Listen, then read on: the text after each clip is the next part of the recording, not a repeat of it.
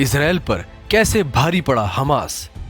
Israel Hamas संघर्ष में Israel उन्नत सुरक्षा उपकरणों का इस्तेमाल कर रहा है, फिर भी हमास के हमलों को रोकने में कठिनाइयां आ रही हैं।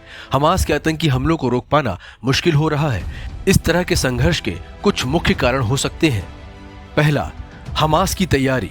हमास ने इजरायल के बॉर्डर पर सुरक्षा के कठिन इंतजाम के बावजूद उनके आतंकियों ने घुसपैठ करने में सफलता प्राप्त की। हमास का दावा है कि उनके इस हमले के लिए लंबी तैयारी कर रहे थे और इससे इजरायल को चौंकाने का मौका मिल पाया। दूसरा, मिसाइल सिस्टम। हमास ने अपना मिसाइल सिस्टम तैयार किया है और इसे इस्तेमाल कर रहा है। इससे हमास के आतंकी इजरायल पर मिसाइल हमला कर सकते हैं, जिससे कि इजरायल की सुरक्षा पर खतरा बढ़ गया है।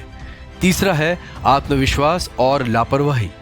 कुछ विशेषज्ञों के मुताबिक इजरायल की सुरक्षा में लगी सेंध के पीछे उनका ओवर कॉन्फिडेंस और लापरवाही भी एक कारण हो सकता है। हमास के हमलों के बाद इजरायल की सुरक्षा बलों पर तत्पर रहने का मौका ही नहीं मिल पाया, जिससे हमास के हमलों को रोकने में कठिनाइयां आई। चौथा कारण, जासूस एजेंसी मोसाद की कमी।